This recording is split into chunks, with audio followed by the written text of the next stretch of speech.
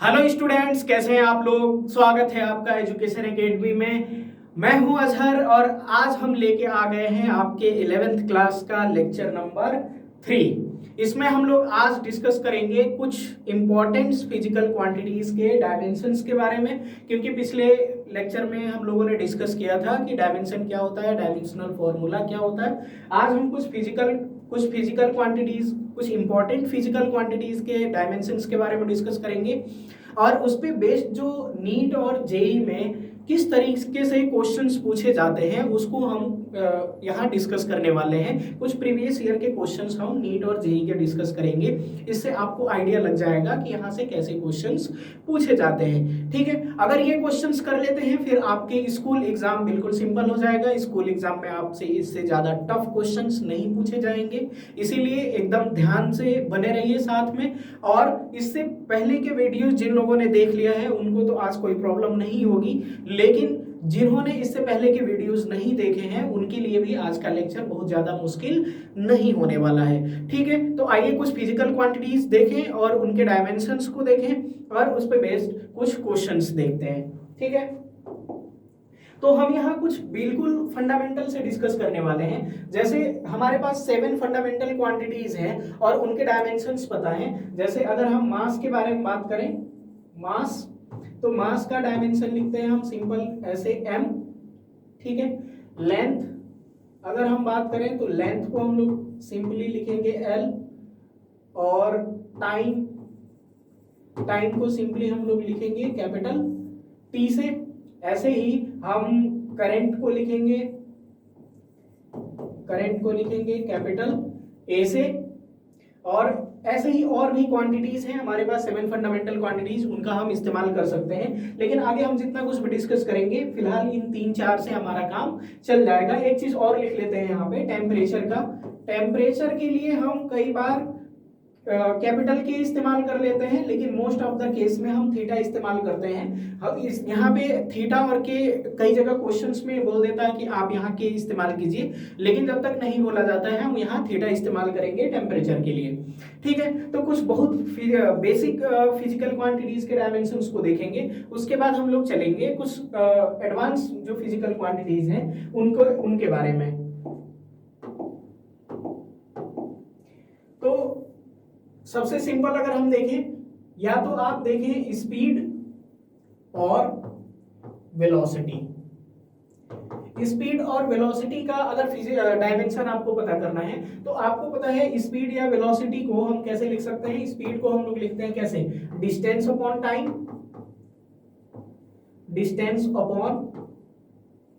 Time, और velocity को हम लोग लिखते हैं डिस्प्लेसमेंट अपॉन टाइम।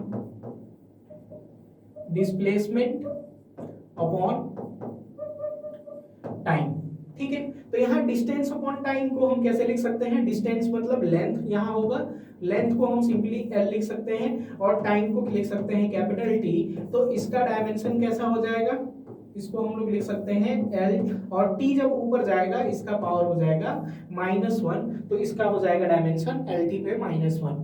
ठीक है, ऐसे डिस्प्लेसमेंट का भी, यहाँ डिस्प्लेसमेंट और डिस्टेंस दोनों को लेंथ के टर्म में ही कंसीडर कर सकते हैं, तो इसको भी लिख सकते हैं हम L। और टाइम को क्या लिख लें, टाइम को सिंपल T। बिल्कुल सेम फॉर्मूला, सेम डायमेंशन रहेंगे किसके, स्पीड के और वेलोसिटी के। ठीक है, इसके अलावा अगर हम देखें, अगर हम एक्सेलरेशन देखें तो एक्सेलरेशन हम देख सकते हैं, एक्सेलरेशन इक्वल टू क्या होता है, एक्सेलरेशन इक्वल टू होता है चेंज इन स्पीड और change in velocity with respect to time. ठीक है, तो हम ऊपर लिखेंगे change in velocity per unit time. ठीक है, एक्सेलरेशन का डेफिनेशन है, ये आपने क्लास 9th में ही पढ़ लिया है। तो चेंज इन वेलोसिटी अपॉन अगर हम टाइम लिख रहे हैं, या सिंपल वेलोसिटी अपॉन टाइम भी लिख लें, तो यहाँ पे वेलोसिटी का डायमेंशन अभी हम लोगों ने डिस्कस किया कितना है, LT-1। तो यहाँ पे हो जाएगा LT-1 ऊपर और टाइम नीचे हो जाएगा टाइम T। तो अगर हम यहाँ से हम इसको कंपाइल करें, T को भी ऊपर लेके जाएं तो T का पावर एक और -1 बढ़ जाएगा, तो यहाँ पे इसका डायमेंशन हो जाएगा LT-2। तो ये हो गया एक्सेलरेशन का डायमेंशन आपका।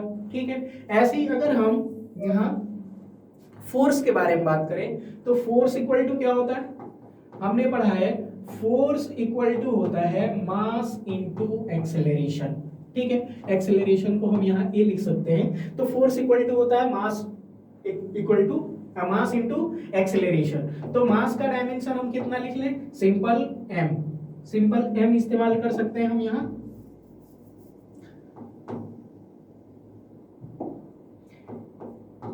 मास का हो जाएगा सिंपल m और एक्सेलरेशन का अभी हम लोगों ने फाइंड आउट किया lt-2, तो हम सिंपल इसको लिख सकते हैं lt-2। तो इसको एक साथ अगर लिखना हो तो कैसे लिख सकते हैं, ये हो जाएगा mlt/-2। तो ये हो गया आपके फोर्स का डायमेंशन। ठीक है, ऐसे ही मान लीजिए हमें वर्क डन का फाइंड आउट करना हो। ठीक है, तो वर्क का फाइंड आउट करना हो तो वर्क इक्वल टू कितना हो जाएगा, आपने पढ़ा है क्लास 9th में, वर्क इक्वल टू होता है फोर्स इनटू डिस्प्लेसमेंट। तो हम इसको लिख सकते हैं ऐसे, फोर्स इनटू डिस्प्लेसमेंट। ठीक है, फोर्स इनटू डिस्प्लेसमेंट अगर लिखें तो फोर्स का डायमेंशन अभी हम लोगों ने लिखा यहाँ पे mlt/-2 होता है, और डिस्प्लेसमेंट का हमने लिखा था कि डिस्प्लेसमेंट को हम कैसे लिख सकते हैं, सिंपल लेंथ के का डायमेंशन लिख सकते हैं। तो यहाँ पे हम इसको लिख लेते हैं l। तो यहाँ पे इसको अगर हम वर्क का डायमेंशन देखें तो ये हो जाएगा l है, यहाँ पे भी l है, यहाँ हो जाएगा simple m, l into l, ये हो जाएगा l², और ये है t/-2। ठीक है, तो वर्क का डायमेंशन हो गया ml2 t/-2। अच्छा, आप लोगों ने डिस्कस पहले पढ़ा है कि work is a form of energy. ठीक है, तो वर्क एक फॉर्म ऑफ एनर्जी है, तो एनर्जी का डायमेंशन और वर्क का डायमेंशन क्या होगा, सेम होगा। तो हम यहाँ पे वर्क और एनर्जी के डायमेंशन को सेम लिख सकते हैं। ऐसे ही आप लोगों ने हीट के बारे में सुना है।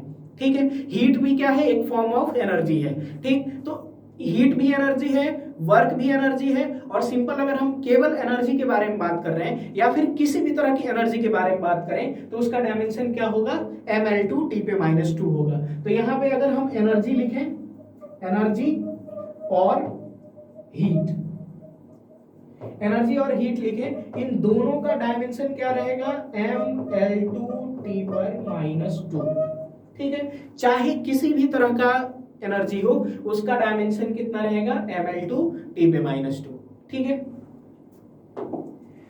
कुछ और फिजिकल क्वांटिटीज का देख सकते हैं। वर्क का हम लोगों ने देखा, हीट का देखा, अब थोड़ा सा हम लोग देखते हैं मोमेंटम का। ठीक है, मोमेंटम क्या होता है, आप लोगों ने पढ़ा है मोमेंटम। ठीक है, कितने लोगों को मोमेंटम के बारे में पता है कि मोमेंटम क्या होता है। आपने क्लास 9th में जब न्यूटन्स लॉ ऑफ मोशन पढ़ा था, तो अभी हम लोग 11th में दोबारा उसको पढ़ेंगे, लॉ ऑफ मोशन का जो आपका चैप्टर है उसमें। लेकिन यहाँ पे हमको बेसिक समझना है कि मोमेंटम क्या है। तो उसमें आपने पढ़ा था कि मोमेंटम को हम लोग डिफाइन कैसे करते हैं, मास इनटू वेलोसिटी। अगर कोई बॉडी मूविंग है, मूविंग बॉडी का अगर हमें मोमेंटम फाइंड आउट करना है तो मोमेंटम इक्वल टू होता है मास इनटू वेलोसिटी। तो यहाँ पे मोमेंटम, अगर हम मोमेंटम का डायमेंशन फाइंड आउट करना है तो इसका हो जाएगा मास इनटू वेलोसिटी। ठीक है, सिंपली इसको हम मोमेंटम को p से रिप्रेजेंट करते हैं, p इक्वल टू m भी लिख सकते हैं। तो यहाँ से मोमेंटम का अगर हमें डायमेंशन लिखना हो तो मास का हो जाएगा सिंपल m, और अभी हम लोगों ने वेलोसिटी का देखा lt-1। तो अगर हम इसका डायमेंशन देखें तो ये हो जाएगा mlt/-1। ठीक है, अच्छा, एक और क्वांटिटी है जिसको हम लोग बोलते हैं इम्पल्स। इम्पल्स नाम सुना है आपने। इम्पल्स को डिफाइन करते हैं हम, इम्पल्स को दो तरीके से डिफाइन कर सकते हैं। इम्पल्स इक्वल टू होता है फोर्स पर यूनिट टाइम, या फिर इसको हम लोग लिखते हैं चेंज इन मोमेंटम से। तो अगर हम केवल चेंज इन मोमेंटम कहें इम्पल्स को, तो जो मोमेंटम का डायमेंशन होगा वही चेंज इन मोमेंटम का डायमेंशन होगा। तो इम्पल्स का डायमेंशन कैसा होगा, बेसिकली मोमेंटम के जैसा ही। या फिर हम इसको एक तरीके से और देख सकते हैं, इम्पल्स इक्वल टू होता है फोर्स पर यूनिट टाइम। ठीक है, तो अभी हम लोगों ने पिछले स्लाइड में फोर्स का डायमेंशन देखा था। फोर्स का डायमेंशन आप यहां से देखो, फोर्स का डायमेंशन है mlt/-2। ठीक है, तो यहां से फोर्स का डायमेंशन हम यहां रख सकते हैं mlt/-2, और टाइम का होता है आपका, सॉरी, यहां पे इंपल्स को हम लोग डिफाइन करेंगे फोर्स इनटू टाइम। ठीक है,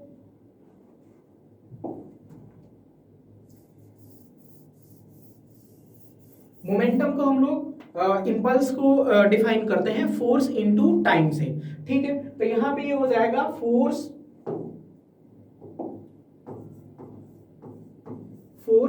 इनटू टाइम।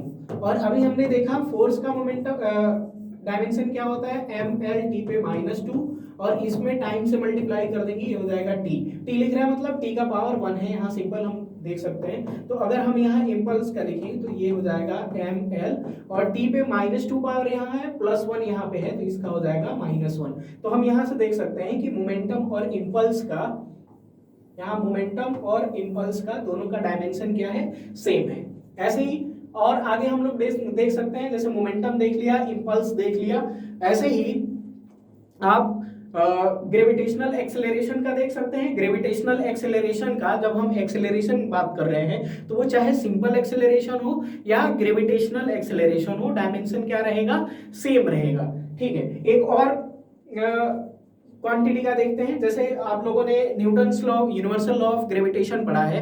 तो यूनिवर्सल लॉ ऑफ ग्रेविटेशन में आप लोगों ने एक फॉर्मूला पढ़ा होगा क्लास 9th में ही, उसको हम 11th में भी ग्रेविटेशन के चैप्टर में पढ़ेंगे, F = capital G m1 m2 upon r², ठीक है। तो यहाँ पे अगर हम gravitational universal gravitational constant capital G है, उसका अगर हमें डायमेंशन फाइंड आउट करना हो तो हम कैसे फाइंड आउट कर सकते हैं। यहाँ से देखो, आपने यूनिवर्सल लॉ ऑफ ग्रेविटेशन से देखा है, F = कितना होता है, G m1 m2 upon r², ठीक है। तो यहाँ से आपको अगर कैपिटल G का यहाँ डायमेंशन फाइंड आउट करना है तो यहाँ से आप लिख लो कैपिटल G = देखो F है इधर, r² जाके मल्टीप्लाई हो जाएगा, ये हो जाएगा r², और डिवाइडेड बाय ये हो जाएगा m1 × m2, ठीक है। तो ये है आपका यूनिवर्सल ग्रेविटेशनल कांस्टेंट। तो हम इसका डायमेंशन लिखेंगे यूनिवर्सल ग्रेविटेशनल कांस्टेंट। इसका अगर हम डायमेंशन लिखें तो यहां से आप देखिए ये हो जाएगा, पहले है फोर्स का डायमेंशन हमें पता है ml t पे -2 होता है, तो हम इसको लिख लेते हैं ml t पर -2, ठीक है। और है r², यहाँ पे r क्या है, r है डिस्टेंस, दो मासेस के बीच में डिस्टेंस। तो डिस्टेंस को हम लोग कैसे लिख सकते हैं, लेंथ का डायमेंशन लिख सकते हैं। तो यहाँ पे हो जाएगा l, लेकिन यहाँ पे r का स्क्वायर है, मतलब डिस्टेंस का स्क्वायर है, तो हम इसको सिंपली लिख सकते हैं L2 and divided by m1 m2, दोनों ही मास हैं तो दोनों का डायमेंशन हो जाएगा m और इंटू m, ठीक है। तो इसको हम लोग लिख सकते हैं, अगर सबको हम ऊपर कर लें तो देखो एक m से आप एक m कैंसिल कर लो, तो यहाँ पे एक m ऊपर जाएगा तो इसका पावर हो जाएगा -1, m का पावर -1 हो गया। यहाँ पे है l का पावर हम 1 कंसीडर कर सकते हैं, यहाँ पे है l का पावर 2, तो यहाँ पे हो जाएगा l का पावर 3, और यहाँ पे है t का पावर -2, t का और कोई टर्म नहीं है तो हम सिंपली t का पावर -2 लिख सकते हैं। तो ये है आपका यूनिवर्सल ग्रेविटेशनल कांस्टेंट g का डायमेंशन, ठीक है। ऐसे ही और भी क्वांटिटीज का फाइंड आउट कर सकते हैं, जैसे एक प्लांक कांस्टेंट का अगर हम ले लें तो प्लांक कांस्टेंट का कैसे फाइंड आउट कर सकते हैं, आप देखो प्लांक कांस्टेंट का हमें फाइंड आउट करना है, प्लांक कांस्टेंट, ठीक है।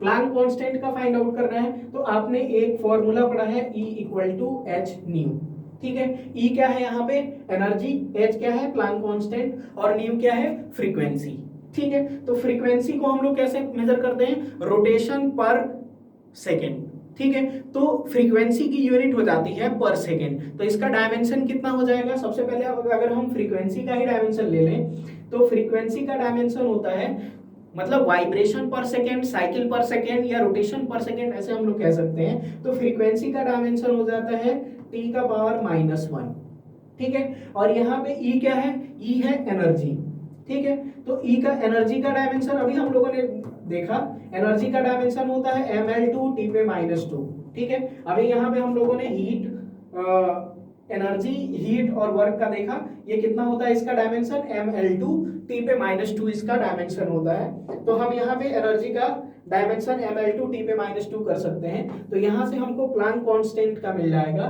h कैसे लिख सकते हैं, h लिख सकते हैं energy upon frequency, E upon new लिख सकते हैं हम यहाँ पे। और एनर्जी का डायमेंशन कितना है, mL2t पे -2, और यहाँ पे फ्रीक्वेंसी का डायमेंशन है t का पावर -1, तो हम यहाँ सिंपली लिख सकते हैं t का पावर -1। अब आप देखिए, अगर हम इसको थोड़ा सिंप्लीफाई करें तो यहाँ से इसका डायमेंशन हो जाएगा, ऊपर है m का और कोई टर्म नहीं है, L2 इसका और कोई टर्म नहीं है, t का है -1 जब ऊपर जाएगा तो कितना हो जाएगा, ये हो जाएगा +1 हो जाएगा, और ऊपर है -2, तो -2 और +1 कितना हो जाएगा, -1। तो यहाँ पे हम लोग लिख सकते हैं t का पावर -1। ठीक है, क्लियर हुआ। ऐसे ही कुछ और फिजिकल क्वांटिटीज का लिख सकते हैं, जैसे अभी हम लोगों ने वर्क का और एनर्जी का देखा, इसके साथ साथ हम किसका फाइंड आउट कर सकते हैं, हम पावर का फाइंड आउट कर सकते हैं। ठीक है, तो पावर इक्वल टू क्या होता है, पावर का डेफिनेशन कितने लोगों को पता है, बताइए। पावर इक्वल टू होता है वर्क डन पर यूनिट टाइम। ठीक है, मतलब पावर इक्वल टू हम लोग लिखते हैं वर्क अपॉन टाइम। ठीक है, तो यहां से वर्क का कैसे फाइंड आउट करें, तो वर्क का अभी हम लोगों ने देखा था कि एनर्जी और वर्क का डायमेंशन क्या होगा, सेम होगा, तो हम यहाँ वर्क का लिख सकते हैं कितना, mL2t पे -2, ये हो गया वर्क का, और नीचे लिख लें किसका, टाइम का लिख लिया t। ठीक है, तो अगर हम t को ऊपर लेके जाते हैं तो यहाँ t का पावर 1 कंसीडर कर सकते हैं, t जब ऊपर जाएगा तो उसका पावर हो जाएगा नेगेटिव, और नेगेटिव पावर हो जाएगा तो यहाँ पे t का ऑलरेडी पावर -2 है, एक पावर और ऐड हो जाएगा माइनस का, तो वो हो जाएगा -3। तो यहाँ पे पावर का डायमेंशन हो जाएगा आपका mL2 और t का पावर -3। ठीक है, ऐसे आप बहुत सारी क्वांटिटीज का, अगर उसका हमें फॉर्मूला पता हो, और कुछ बहुत बेसिक फिजिकल क्वांटिटीज का अगर हमें डायमेंशंस पता हो, या फिर किसी फिजिकल क्वांटिटी की यूनिट पता हो, तो हम क्या कर सकते हैं, उसका डायमेंशन फाइंड आउट कर सकते हैं। ठीक है, अब देखिए, ऐसे हम लोगों ने देखा कि मोमेंटम, इंपल्स, ऐसे ही और भी बहुत सारी क्वांटिटीज हैं, जैसे टॉर्क है, मोमेंट है, इंपल्स हम लोगों ने देख लिया, एंगुलर इंपल्स हो जाएगा, एंगुलर मोमेंटम हो गया। ऐसे अभी 12th क्लास में जाएंगे तो आपके पास और भी बहुत सारी फिजिकल क्वांटिटीज आ जाएंगी, तो उनके भी डायमेंशंस हमको पता होने चाहिए, ये धीरे धीरे आपको पता होता रहेगा। ठीक है, और आपके 11th की बुक में जो भी बुक आप रेफर कर रहे हैं, या फिर मैं यहाँ से जो भी नोट्स आपको प्रोवाइड करूंगा, उसमें मैं कोशिश करूंगा कि ज़्यादातर जो फिजिकल क्वांटिटी जो आप इस्तेमाल करने वाले हैं, वो सभी का डायमेंशन आपके नोट में शामिल रहे। ठीक है, तो आप बहुत सारी और भी फिजिकल क्वांटिटीज हैं, उनका डायमेंशन निकालने की कोशिश खुद कीजिए। अब आगे हम देखते हैं कि कौन कौन सी ऐसी फिजिकल क्वांटिटीज हैं जिनके डायमेंशन सेम होते हैं, उनका डायमेंशन फाइंड आउट करके आपको वेरीफाई करना होगा। यहाँ पे मैंने कुछ फिजिकल क्वांटिटीज मेंशन कर दी हैं, जैसे अभी हम लोगों ने देखा कि इंपल्स और मोमेंटम दोनों का क्या होता है, डायमेंशन सेम होता है। ऐसे ही work, energy, torque, moment of force, इनका भी डायमेंशन क्या होगा, सेम होगा। ऐसे ही angular momentum, Planck constant, rotational impulse या फिर एंगुलर इंपल्स कह लें, इनका भी डायमेंशन सेम होगा। यहाँ पे जितनी भी क्वांटिटीज दी हुई हैं, इन सबका एंगुलर वो डायमेंशन क्या होगा, सेम होगा। इनमें बहुत सारी कुछ क्वांटिटीज का हम लोगों ने फाइंड आउट कर लिया। ठीक है, जैसे हमने फोर्स का फाइंड आउट कर लिया, पावर का फाइंड आउट कर लिया, ग्रेविटेशनल कांस्टेंट का फाइंड आउट कर लिया, लेकिन हमारे पास और भी बहुत सारी क्वांटिटीज हैं जिनका हमें डायमेंशंस जानने की जरूरत है। ठीक है, आगे हम लोग क्वेश्चन करेंगे तो इसमें बहुत सारी क्वांटिटीज का वहां पे हम डायमेंशन अभी डिस्कस कर लेंगे, और जो छूट जाएंगी वो आपके नोट्स में रहेगा, उसको आप रिवाइज कर सकते हैं, उसको आप पढ़ सकते हैं। तो आइए इस पे देखते हैं कि कुछ नीट और जेई के क्वेश्चंस पूछे गए हैं, किस तरीके से क्वेश्चंस डायमेंशंस पे पूछे जाते हैं और उनका डिफिकल्टी लेवल क्या है, यहीं पे क्वेश्चन से आपको पता चल जाएगा। यहाँ पे एक क्वेश्चन है, देखिए नीट 2024 में पूछा हुआ है, बोल रहा है the quantity which have the same dimension as those of solid angle are. ठीक है, तो यहाँ पे सॉलिड एंगल है। अभी आपने सप्लीमेंट्री क्वांटिटीज में सॉलिड एंगल ओमेगा पढ़ा था। Solid angle omega equal to होता है एरिया अपॉन डिस्टेंस का स्क्वायर, या फिर कह लें रेडियस का स्क्वायर। तो इसका कोई भी डायमेंशन नहीं होता, क्योंकि एरिया है, एरिया मतलब लेंथ इनटू विड्थ, तो इसका डायमेंशन कितना हो जाएगा, एल मतलब लंबाई और एल चौड़ाई। ठीक है, लेंथ हो, विड्थ हो, हाइट हो, डिस्टेंस हो, डिस्प्लेसमेंट हो, इन सब का डायमेंशन क्या होगा, एल ही होगा। ठीक, ऐसे ये डिस्टेंस का स्क्वायर है तो सिंपली हम इसको क्या लिख सकते हैं, L2। ठीक है, तो आप देखो ऊपर भी L2 है, ऊपर भी L2 और नीचे भी L2, तो ये कैंसिल हो जाएगा, मतलब ये सॉलिड एंगल जो है इसका कोई भी डायमेंशन नहीं होगा। ठीक है, सॉलिड एंगल क्या है, एक डायमेंशन लेस क्वांटिटी है। ठीक है, हम यहाँ पे लिख सकते हैं कि solid angle is a dimension less quantity, dimension less quantity, ये एक डायमेंशन लेस क्वांटिटी है। अच्छा, डायमेंशन लेस क्वांटिटीज को सिंपली अगर हम इसको डायमेंशन लिखे तो इसको सिंपली हम ऐसे भी लिख सकते हैं am naught L not T not के टर्म में। ठीक है, या फिर सिंपल हम ऐसे भी छोड़ सकते हैं। तो हम डायमेंशन लेस क्वांटिटीज को लिख रहे हैं तो मतलब हम am naught L not T not के फॉर्म में लिख सकते हैं। अब यहाँ पे हमें कुछ क्वांटिटीज दी हुई हैं, जैसे स्ट्रेन एंड एंगल दिया हुआ है, स्ट्रेस एंड एंगल दिया हुआ है, स्ट्रेन एंड आर्क दिया है, एंगुलर स्पीड एंड स्ट्रेस दिया हुआ है। तो हमें देखना है कि इसमें से कौन सी क्वांटिटीज ऐसी हैं जो डायमेंशन लेस हैं, मतलब जिनका डायमेंशन कैसा है, सॉलिड एंगल के जैसा है। ठीक है, तो यहाँ पे देखो ये है आपका स्ट्रेन। स्ट्रेन को कैसे डिफाइन करते हैं, स्ट्रेन इक्वल टू होता है, स्ट्रेन इक्वल टू होता है change in length per unit length. ठीक है, तो अगर यहां से आप डायमेंशन देखो तो चेंज इन लेंथ निकाल रहे हैं तो इसका भी डायमेंशन L होगा, और ये लेंथ है इसका भी डायमेंशन क्या होगा, L होगा। तो यहां से देख रहे हैं कि ये कैंसिल हो जाएगा तो इसका डायमेंशन कितना आ जाएगा, डायमेंशन लेस, मतलब हम इसको एम नॉट एल नॉट और टी नॉट के टर्म में लिख सकते हैं। सिंपल, मतलब स्ट्रेन का कोई भी डायमेंशन नहीं है। ऐसे ही अगर हम एंगल का देखें तो हमें पता है एंगल कितना हो जाएगा, एंगल थीटा इक्वल टू होता है आर्क अपॉन रेडियस। ठीक है, आर्क अपॉन रेडियस। तो आर्क को कैसे मेजर करते हैं आप, आर्क को मेजर करते हैं आप लेंथ के टर्म में, मतलब मीटर में, और रेडियस को भी आप मीटर में मेजर करते हैं। इनका भी डायमेंशन क्या है, L है। तो ये कैंसिल हो गए और इनका डायमेंशन कैसा आ गया, एंगल का भी डायमेंशन आ गया आपका am naught L not T not, मतलब ये भी क्या है, डायमेंशन लेस है। तो हम देख रहे हैं स्ट्रेन और एंगल भी डायमेंशन लेस है, और यहाँ सॉलिड एंगल जो हमें पूछा है, दिया हुआ है, वो भी डायमेंशन लेस है। और पूछ रहा है the quantity which have the same dimension, तो ये सभी क्या रख रही हैं, सेम डायमेंशन है इन सभी क्वांटिटीज का। इसका मतलब हमारा सही आंसर हो जाएगा ऑप्शन ए। तो अगर हमें ऑप्शन ए ही, यहाँ पे मल्टीपल करेक्ट ऑप्शन का तो कोई कॉन्सेप्ट है नहीं, तो यहाँ पे अगर हमको एक ऑप्शन हमें सही मिल गया तो हम उसको सीधे मार्क कर सकते हैं, आगे चेक करने की जरूरत नहीं है। अगर पहला वाला ऑप्शन मैच नहीं करता तो हमें आगे के ऑप्शंस को चेक करना पड़ता। ठीक है, आइए चेक भी कर लेते हैं। यहाँ स्ट्रेस और एंगल है, एंगल का हम लोगों ने फाइंड आउट कर लिया, स्ट्रेस का फाइंड आउट कर सकते हैं। स्ट्रेस इक्वल टू होता है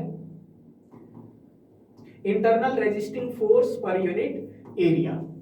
ठीक है, तो फोर्स का अभी हम लोगों ने डिस्कस किया कि फोर्स का डायमेंशन होता है एम एल टी पे -2 और एरिया का होता है L2। तो इसका अगर हम स्ट्रेस का डायमेंशन देखें तो स्ट्रेस का डायमेंशन कितना हो जाएगा, यहाँ है m, l का पावर 2 है, ऊपर जाएगा -2 हो जाएगा, ऊपर l का पावर ऑलरेडी 1 है तो -2 और +1 ये हो जाएगा -1, और यहाँ पे t पे -2 है, इसको लिखेंगे सिंपली t पे -2। तो स्ट्रेस का डायमेंशन हो गया ml1, t पे l का पावर -1, t का पावर -2। तो ये स्ट्रेस कोई डायमेंशन लेस क्वांटिटी नहीं है, तो ऑप्शन 2 हमारा गलत हो जाएगा, क्योंकि सॉलिड एंगल क्या है, एक डायमेंशन लेस क्वांटिटी है। ऐसे ही आप स्ट्रेन और आर्क का देख सकते हैं, अभी हमने डिस्कस किया आर्क का होता है L, तो यहाँ पे आर्क का डायमेंशन आ गया, आर्क डायमेंशन लेस नहीं है, तो ये भी ऑप्शन क्या हो गया, गलत हो गया। ठीक है, ऐसे नीचे का चेक कर सकते हैं एंगुलर स्पीड एंड स्ट्रेस। तो अभी हम लोगों ने डिस्कस किया स्ट्रेस ये डायमेंशन लेस नहीं है, तो इसका डायमेंशन सॉलिड एंगल के जैसा नहीं होगा, ये ऑप्शन क्या हो गया, गलत हो गया। ठीक है, तो ये सिंपल सा क्वेश्चन था। हमें अगर सॉलिड एंगल का पता है कि ये डायमेंशन लेस है तो हम चेक करेंगे कि इसमें से कौन सा पेयर क्वांटिटी का गिवन डायमेंशन लेस है, वो हमारा ऑप्शन सही हो जाएगा। ठीक है, नेक्स्ट क्वेश्चन यहाँ पे देखो, इस क्वेश्चन को हम लोग आगे डिस्कस करेंगे जब हम एप्लीकेशन ऑफ डायमेंशनल एनालिसिस पढ़ेंगे तब। ठीक है, यहाँ पे हम लोग, अच्छा हमें पूछ रहा है dimensional formula for the thermal conductivity के डिनोट्स द टेम्परेचर। अच्छा यहाँ पे जो के है वो टेम्परेचर को डिनोट कर रहा है। अभी मैंने आपसे डिस्कस किया था कि हम थीटा इस्तेमाल कर सकते हैं, लेकिन जब हमें यहाँ पे बोला है कि हमें थर्मल कंडक्टिविटी में टेम्परेचर का जो डायमेंशन है वो रिप्रेजेंट किया हुआ है के से, तो हमें फाइंड आउट करना है थर्मल कंडक्टिविटी का। तो इसके लिए हमें फॉर्मूला पता होना चाहिए। देखिए अभी आप पढ़ेंगे 11th क्लास में हीट ट्रांसफर रेट जो है, हीट ट्रांसफर रेट ये होता है, यहाँ पे हम कैपिटल के दिया हुआ है टेम्परेचर का, तो यहाँ पे हम थर्मल कंडक्टिविटी के लिए इस्तेमाल कर लेते हैं स्मॉल के। तो हम यहाँ इस्तेमाल करेंगे स्मॉल के, और ये हो जाता है आपका के ए और D T upon D X, ठीक है। या फिर इसको हम आप ऊपर D T upon D X की जगह पे सिंपली लिख सकते हैं K A T two minus T one, ये बेसिकली टेम्परेचर डिफरेंस है, और डी एक्स का मतलब है थिकनेस या फिर लेंथ, ठीक है। तो यहाँ पे अगर हमें थर्मल कंडक्टिविटी का डायमेंशन फाइंड आउट करना है, तो ये हमारा हीट ट्रांसफर रेट है। तो हीट ट्रांसफर रेट का मतलब हुआ heat upon time, heat upon time, और यहाँ पे है आपका के, और एरिया का आप लिख लो, एरिया का कितना हो जाएगा L2, T2 minus T1 temperature difference है, बोला है टेम्परेचर के लिए हम इस्तेमाल करना है के, तो सिंपली हम यहाँ इस्तेमाल कर लेते हैं के, और नीचे है आपका थिकनेस या फिर डिस्टेंस, तो उसके लिए हम लोग इस्तेमाल कर लेते हैं यहाँ पे L। हमें फाइंड आउट करना है के का, बाकी डायमेंशंस को हम इधर ले आ लेते हैं। हीट का भी लिख लो आप, अभी हमने डिस्कस किया कि हीट और वर्क और एनर्जी का सेम होगा, और वो कितना होगा ML2 और T पे -2, और यहाँ नीचे है कितना टाइम, टाइम को सिंपली T लिख सकते हैं। अब आप इसको सिंप्लीफाई कर सकते हैं, यहाँ पे एक L से एक L कैंसिल हो जाएगा, तो ऊपर बच जाएगा केवल L, और यहाँ बच जाएगा कितना K। तो अब आप देखो यहाँ पे L2 है और यहाँ पे L है, तो एक L से इधर का एक L कैंसिल हो जाएगा, इसका पावर केवल कितना रह जाएगा 1, और ये है T, T से आप इसका, अच्छा नहीं T कैंसिल नहीं होगा, यहाँ पे हम इसको